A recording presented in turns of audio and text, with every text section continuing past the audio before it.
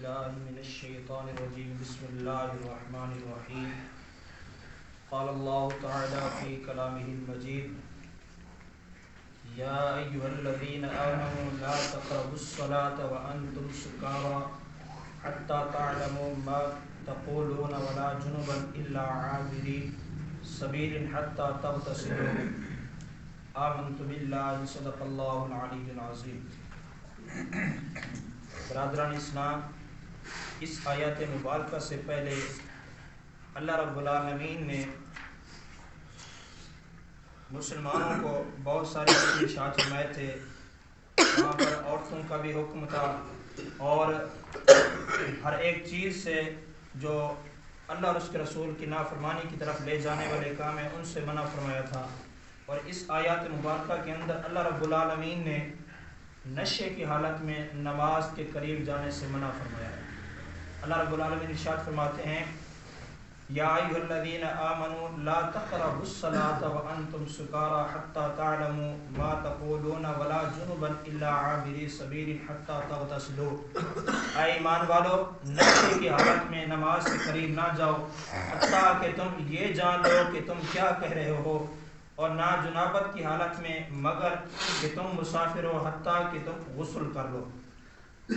آگے اللہ قرآن میں ارشاد فرماتے ہیں وَإِن كُنتُمْ مَرْضَىٰ أَوْ عَلَىٰ سَفَرٍ أَوْ جَاءَ أَحَدٌ مِّنكُم مِّنَ الْغَائِطِ أَوْ لَامَسْتُمُ النِّسَاءَ فَلَمْ تَجِدُوا مَاءً فَتَيَمَّمُوا صَعِيدًا طَيِّبًا فَامْسَحُوا بِوُجُوهِكُمْ وَأَيْدِيكُمْ إِنَّ اللَّهَ كَانَ عَفُوًّا غَفُورًا. اور اگر تم بیمار ہو یا مسافر ہو یا تم میں سے کوئی شخص قضائے حاجت کر کے آئے یا تم نے عورتوں سے مقاربت کی ہو، پھر تم پانی نہ پاؤ تو تم پاک مٹی سے تیمم کر لو. فَامْسَحُوا بِوُجُوهِكُمْ وَأَيْدِيكُمْ، سو تم اپنے چہرے اور اپنے ہاتھوں پر مسح کرو. إِنَّ اللَّهَ كَانَ عَفُوًّا غَفُورًا، بے شک اللہ رب العالمین نہایت ہی معاف کرنے والا اور بہت ہی بخشنے والا ہے. اس ایک آیات مبارکہ کے اندر اللہ رب العالمین نے دو چیزوں کا ذکر فرمایا. ایک تو یہ کہ تم نشے کی حالت میں نماز کے قریب نہ جاؤ، دوسرا یہ کہ تیمم یعنی جب پانی نہ پائے بندہ تو اس مقام پر اللہ رب العالمین نے میرے آقا علیہ الصلوۃ والسلام کے صدقے سے اس امت کو یہ شرف بخشا کہ تمام روئے زمین میرے آقا علیہ الصلوۃ والسلام کی امت کے لیے پاک فرما دی.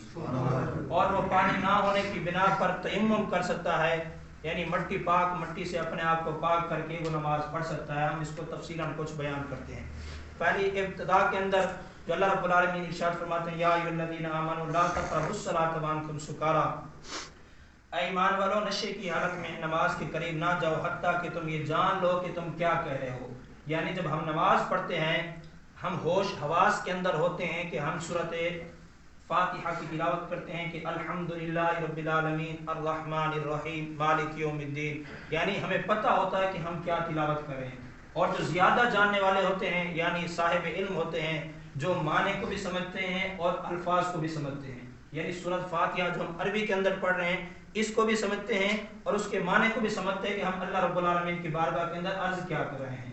تو جب حالت نشے کے اندر بندہ ہوتا ہے اس کے ذہن پر دماغ پر وہ نشے کا غلبہ حاصل ہو جاتا ہے، جس بنا پر اسے اپنے آپ کا بھی پتہ نہیں ہوتا، اپنے آپ کی سمجھ نہیں ہوتی میں کون سے الفاظ ادا کر رہا ہوں یا کس سے بات کر رہا ہوں یا کس سے مخاطب کھڑا ہوں. تو اس کے ذہن پر دماغ پر وہ نشہ غلبہ کر جاتا ہے. اور اسلام کی ابتدا کے اندر شراب پینا حرام نہیں تھا. اسلام کی ابتدا کے اندر شراب پینا حرام نہیں تھا. اس حدیث کے راوی حضرت علی بن ابی طالب رضی اللہ تعالی عنہ آپ بیان کرتے ہیں کہ حضرت عبد الرحمن بن عوف رضی اللہ تعالی عنہ نے ہمارے لیے کھانے کی دعوت کی اور ہم کو تحریم شراب سے پہلے یعنی شراب حرام ہونے سے پہلے آپ نے دعوت کی تھی اور شراب پلائی. ہم نے شراب پی اور نماز کا وقت آ گیا، انہوں نے نماز پڑھانے کے لیے مجھے امام بنا دیا اور میں نے سورۃ کافرون قل یا ایھا الکافرون لا اعبد ما تعبدون ونحن نعبد ما تعبدون، یعنی میرے آقا علیہ السلام کے صحابی رسول. اس کے اندر دونوں روایت ہیں. ایک تو یہ ہے کہ حضرت علی بن ابی طالب رضی اللہ تعالیٰ نے نماز پڑھی، دوسری یہ ہے کہ حضرت عبد الرحمن بن عوف رضی اللہ تعالیٰ نے نماز پڑھائی، یعنی دو صحابہ میں سے کسی نے بھی نماز پڑھائی ہے اور نماز کے اندر سورۃ کافرون کی تلاوت کی گئی، اس وقت شراب حرام نہیں تھی، اللہ رب العالمین کی سورۃ فاتحہ کی تلاوت کی، قل یا ایھا الکافرون، اس کا معنی یہ ہے اے محبوب آپ فرما دیجئے اے کافرو، یعنی کافر کو کافر کہنا چاہیے۔ ایک مسئلہ یہ بھی ہے کہ ہمارے سیدھے سادے لوگ کہتے ہیں جی کافر کو کافر نہیں کہنا چاہیے، کافر کو کافر نہیں کہنا چاہیے، بلکہ قرآن پاک کے اندر صاف الفاظوں کے اندر اللہ رب العالمین میرے آقا علیہ الصلوۃ والسلام سے مخاطب ہو کے فرماتے ہیں جہاں کہیں بھی سورت کی ابتدا ہو، آیات کی ابتدا ہو، وہاں پر قل آ جائے، قاف دو نقطوں والا اور لام آگے ملا ہوا آ جائے، اس سے میرے اللہ رب العالمین آقا علیہ الصلوۃ والسلام سے مخاطب ہو کے فرماتے ہیں کہ اے محبوب آپ ان لوگوں کو فرماتے ہیں، جس طرح قل یا ایھا الکافرون قل هو اللہ احد، اے محبوب آپ ان لوگوں کو فرما دیں کہ وہ اللہ ایک ہے، قل اعوذ برب الناس قل اعوذ برب الفلق، یعنی جب قل کا جملہ کہا جاتا ہے تو اللہ رب العالمین وہ جملہ اپنے محبوب کی زبان سے لوگوں تک پہنچانا چاہتا ہے۔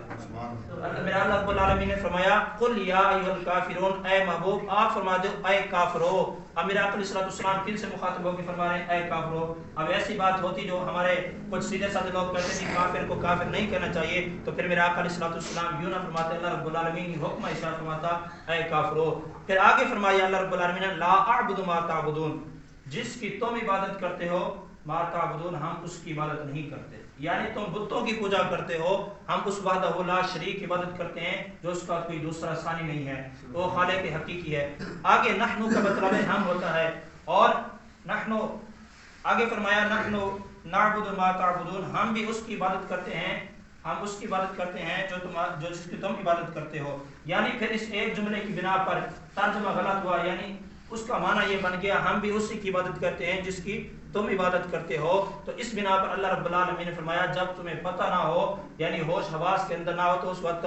تم نماز کے قریب نہ جاؤ، جب تم حالات نشے کے اندر ہو اس وقت تم نماز کے قریب نہ جاؤ۔ تو اللہ رب العالمین نے اس مقام پر یہ آیت نازل فرما کہ یا ایھا الذین آمنوا لا تقربوا الصلاۃ وانتم سکارى فرما کر اس شراب کو حرام قرار دے دیا، یعنی جو اسلام کی ابتدا کے اندر شراب حرام نہیں تھی،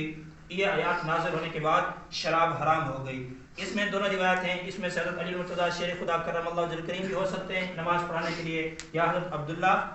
عبد الرحمن بن عوف رضی اللہ تعالیٰ عنہ بھی ہو سکتے ہیں، جو بھی ہو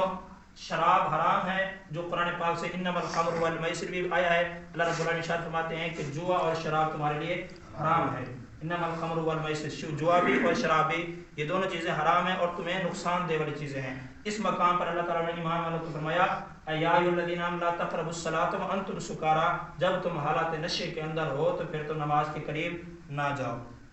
یہ آیت مبارکہ ہوگی۔ آگے اللہ رب العالمین ارشاد فرماتے ہیں وَإِن كُنتُم مَرْضَىٰ أَوْ عَلَىٰ سَفَرٍ أَوْ جَاءَ يَا أَيُّهَا الَّذِينَ آمَنُوا لَا تَقْرَبُوا الصَّلَاةَ وَأَنتُمْ سُكَارَىٰ حَتَّىٰ تَعْلَمُوا مَا تَقُولُونَ وَلَا جُنُبًا إِلَّا عَابِرِي سَبِيلٍ حَتَّىٰ تَغْتَسِلُوا، حتیٰ کہ تم یہ جان لو کہ تم کیا کہہ رہے ہو، اور نہ جنابت کی حالت میں مگر یہ کہ تم مسافر ہو، حتیٰ کہ تم غسل کر لو۔ اسی آیت تم آگے یعنی نماز کے قریب تم اس وقت بھی نہ جاؤ جب حالت جنابت کے اندر ہو، یعنی انسان جس ٹائم پلیت ہو جاتا ہے، چاہے وہ اسے اپنی بیوی کے پاس ہو کر آئے یا ویسے سوتے ہوئے احتلام وغیرہ ہو جائے تو وہ بندہ پلیت ہو جاتا ہے، تو اللہ رب العالمین فرماتے ہیں اس وقت بھی تم نماز کے قریب نہ ہو یہاں تک کہ تم اپنے آپ کو پاک کر لو، حتیٰ کہ تم غسل کر لو۔ وَإِن كُنتُم مَرْضَىٰ أَوْ عَلَىٰ سَفَرٍ أَوْ جَاءَ أَحَدٌ مِّنكُم مِّنَ الْغَائِطِ أَوْ لَامَسْتُمُ النِّسَاءَ فَلَمْ تَجِدُوا مَاءً فَتَيَمَّمُوا صَعِيدًا طَيِّبًا فَامْسَحُوا بِوُجُوهِكُمْ وَأَيْدِيكُمْ، اور آگے فرمایا اور اگر تم بیمار ہو یا سفر میں ہو یا تم میں سے کوئی شخص قضاء حاجت یعنی اپنی حاجت قضاء حاجت مقرر کرنے کے بعد یعنی واش روم کے اندر گیا، وہ اپنی قضاء حاجت مکمل کی اس کے بعد بھی، اور آگے فرمایا من الغائط او لامستم النساء، یا پھر تم نے اپنی عورتوں سے مقاربت کی یعنی ان کے ساتھ جماع کیا، فلم تجدوا ماء، پھر تم نے پانی نہ پایا، یعنی یا تم اپنی قضاء حاجت کے لیے چلے گئے یا پھر تم اپنی بیوی کے پاس چلے گئے، پھر اگر پانی نہیں پاتے چاہے وہ سفر کی حالت بھی بیان کی جا رہی ہے، بان فتیمموا صعیدا، تو تم پاک مٹی سے تیمم کر لو، طیبا فامسحوا بوجوہکم، تیمم کرنا کیسا ہے، تم مسح کر لو کس پر، اپنے ہاتھوں پر اور اپنے چہرے پر، یعنی تیمم جو ہے وہ یہ ہے کہ اپنے ہاتھوں پر اور اپنے چہرے پر مسح کرنا، یہ بندہ پاک ہو جاتا ہے۔ تیمم کی جب آیات نازل ہوئی تو اس کے اندر بہت سے اقوال ہیں، یعنی وہ حضرت اما عائشہ صدیقہ رضی اللہ جس بنا پر مقام بیضاء پر میرے آقا علیہ الصلوۃ والسلام کے ساتھ آپ تشریف لے کر جا رہی تھی قافلے کی صورت کے اندر، اس مقام پر ٹھہرے۔ حضرت عائشہ رضی اللہ تعالیٰ نے خود بیان کرتی اس حدیث کو، آپ بیان کرتی ہیں کہ ہم رسول اللہ صلی اللہ علیہ وسلم کے ساتھ سفر میں گئے، جب مقام بیضاء پر ذات جیش پر پہنچے تو میرا ہار ٹوٹ گیا تھا، یعنی آپ نے ہار پہنا ہوا تھا۔ جب اس مقام پر پہنچے تو وہاں پر پانی بھی موجود نہیں تھا۔ پانی کی تلاش تب کی جاتی ہے جب نماز کا وقت ہو جائے، تو کیونکہ وضو کر کے غسل کر کے نماز پڑھنی ہوتی ہے، تو جب آپ اس مقام پر پہنچے، اس مقام پر پانی بھی نہیں تھا اور آپ کا ہار ٹوٹ کے نیچے گر گیا، تو رسول اللہ صلی اللہ علیہ وسلم اس ہار کو تلاش کرنے کے لیے رک گئے تھے، یعنی اس مقام پر میرے آقا علیہ الصلوۃ والسلام نے پورے قافلے کو روک کر ہار ڈھونڈنا چاہا، اور صحابہ کرام علیہ رضوان ہار ڈھونڈ رہے تھے، اور آپ کے ساتھ تمام قافلے والے رک گئے۔ اس جگہ پانی نہ تھا اور صحابہ کرام علیہ رضوان پانی ساتھ بھی نہ رکھتے تھے اتنا کہ آپ وضو یا غسل کوئی کر سکے۔ صحابہ کرام علیہ رضوان نے سیدنا صدیق اکبر رضی اللہ تعالیٰ عنہ کے ساتھ شکایت کی آپ نے حضرت ام عائشہ صدیقہ رضی اللہ تعالیٰ عنہ کے، اور میرے آقا علیہ الصلوۃ والسلام کے اس صحابی نے حضرت ام عائشہ صدیقہ رضی اللہ تعالیٰ عنہ نے کیا کہا، تمام لوگ رسول اللہ صلی اللہ علیہ وسلم کے ساتھ ٹھہرے ہوئے تھے اس مقام پر اور پانی نہ تھا۔ یہ شکایت سن کر سیدنا صدیق اکبر رضی اللہ عنہ اس وقت رسول اللہ صلی اللہ علیہ وسلم میرے زانوں میں سوئے ہوئے تھے، یعنی جس وقت حضرت سیدنا صدیق اکبر رضی اللہ عنہ کو لوگوں نے جا کر بتایا کہ آپ کی بیٹی، کیونکہ حضرت ام عائشہ صدیقہ رضی اللہ تعالیٰ عنہا سیدنا صدیق اکبر عنہ کی بیٹی تھی اور میرے آقا علیہ الصلوۃ والسلام کی زوجہ مبارکہ تھی۔ جب میرے آقا علیہ الصلوۃ والسلام آپ کے زانوں پر یعنی آپ کی گود کے اندر سر رکھ کے آرام فرما رہے تھے، حالت نیند میں تھے، اور فجر کا ٹائم بھی ختم ہونے والا تھا، جب سیدنا صدیق اکبر رضی اللہ عنہ کو پتہ چلا کہ میری بیٹی کی وجہ سے یہ سارا معاملہ ہوا ہے، تو آپ نے آ کر اپنی بیٹی حضرت ام عائشہ صدیقہ رضی اللہ تعالی عنہا کو ڈانٹنا شروع کیا، اور آپ کو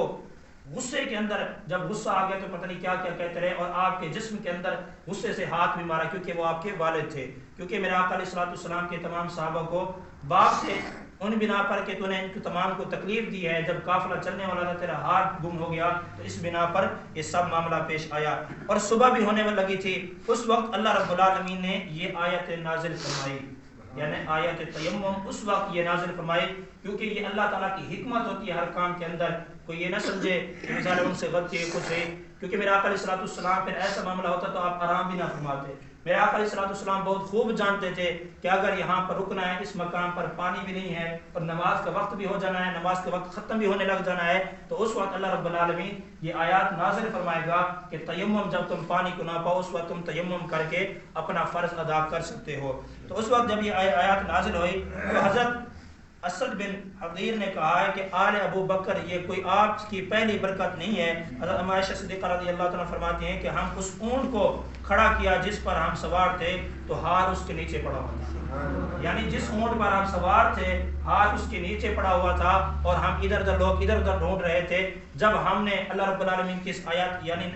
آیات تیمم نازل ہو گئی، اگر پانی نہ پاؤ حالت سفر میں ہو تو تیمم کر کے نماز پڑھ سکتے ہو، جب ہم نے پھر ہار کو دیکھا تو اس وقت ہم نے جب اس اونٹ کو کھڑا کیا اسی اونٹ کے نیچے ہمارا ہار پڑا ہوا تھا۔ میرے آقا علیہ الصلوۃ والسلام نے ایک صحابی کو فرمایا کہ جاؤ ادھر دیکھو ہار پڑا ہوگا، تو اس جگہ جب پہنچے تو ہار ویسے ہی پڑا ہوا تھا اونٹ کے نیچے، اور آیات تیمم اس وقت نازل ہوئی تھی۔ اور اس کے اندر بہت ساری تفصیل ہے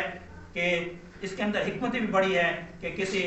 ہمارے آقا علیہ الصلوۃ والسلام کے صحابی رسول سیدنا صدیق اکبر رضی اللہ عنہ کہ اس کے اندر بعض علماء کرام فرماتے ہیں کہ اس حدیث سے استدلال ہوتا ہے کہ اس جگہ میں قیام کرنا جائز ہے جہاں پر پانی نہ ہو، یعنی اس جگہ اس میرے آقا علیہ الصلوۃ والسلام کے اس سنت کے دیکھیں کہ آپ اس راستے پر گئے تھے جہاں پر پانی بھی نہیں تھا، یہ بھی اس کا استدلال ہوتا ہے۔ اور بعد نے اس سے یہ بھی فرمایا اس راستے پر سفر کرنا جائز ہے جہاں پر پانی نہ ہو، کیونکہ میرے آقا علیہ الصلوۃ والسلام نے ایسی جگہ پر سفر قیام کیا تھا۔ کسی شادی شدہ خاتون کی شکایت اس کے والد کو کرنا بھی صحیح ہے، کیونکہ آپ حضرت عائشہ صدیقہ رضی اللہ تعالیٰ عنہ شادی شدہ تھی، اور صحابہ کرام رضوان اللہ نے جب شکایت کی تو آپ کے والد کو جا کر کی تھی، اور آپ کے والد یہ بھی حکمت ہے کہ والد جو ہوتا ہے شادی شدہ بیٹی کو شادی شدہ ہونے کے بعد بھی اس کی غلطی پر ڈانٹ بھی سکتا ہے چاہے اس کا شوہر موجود بھی ہو۔ اور حضرت ام صدیقہ رضی اللہ تعالیٰ عنہ نے یہ ثابت کر کے بتایا کہ میرے آقا علیہ الصلوۃ والسلام آپ کی گود کے اندر سر کے آرام فرما رہے تھے، اور میرے آقا علیہ الصلوۃ والسلام کے سیدنا صدیق اکبر رضی اللہ تعالیٰ عنہ نے جب آپ اپنی بیٹی کو ہاتھ مارا غصے کے اندر کہ تیری وجہ سے سب کچھ ہوا، آپ نہ ہلی نہ کچھ کیا، برداشت کیا۔ اور اس سے یہ بھی پتہ چلتا ہے والدین اگر کوئی معاملہ ایسا کر دیں تو اولاد کو برداشت کرنا چاہیے۔ اور میرے آقا علیہ السلام آرام فرما رہے تھے، اس بنا پر بھی آگے کسی کو تکلیف بھی نہ ہو تو اس بنا پر بھی ہر ایک سے اس کو دکھ کو بھی سہنا پڑتا ہے۔ اس کی کافی طویل ہے، مگر جو آیت تیمم نازل ہوئی اس کے اندر تیمم کرنے کا طریقہ یہ ہے، نیت واجب ہے، اور نیت کرنے کے بعد بندہ پاک مٹی پر ہاتھ مارے، ہاتھ مارنے کے بعد اس کو جھاڑ کر اپنے دونوں ہاتھوں پر مسح کرے، دونوں ہاتھوں پر یعنی کونیوں سمیت کونیوں تک نہ مسح کرے، مٹی اٹھا کے نہیں بلکہ مٹی پر ہاتھ مارنے کے بعد اسے جھاڑ لے تاکہ مٹی کے جو زیادہ اثرات ہیں وہ نیچے گر جائے، پھر دونوں ہاتھوں کو مسح کرے، مسح کرنے کے بعد پھر اپنے چہرے پر وہ پہلے اپنے چہرے پر مسح کرے، پھر اپنے دونوں ہاتھوں پر مسح کرے۔ صرف اس کے 2 فرض ہیں، جس طرح ہمارے وضو کے 4 فرض ہیں، یعنی چہرہ دھونا، کونے سمیت بازو دھونا، مسح کرنا، دونوں پاؤں کو ٹخنوں سمیت دھونا، کے وضو کے 4 فرض ہیں۔ تیمم کے یہی ہیں کہ آپ کونوں کو بھی مسح کریں اور چہرے کا بھی مسح کریں۔ دعا ہے اللہ رب العالمین ہم سب کو آقا علیہ السلام کی شریعت مطہرہ کے مطابق صحیح معنوں میں عمل کرنے کی توفیق عطا فرمائے۔ آمین و ما علینا۔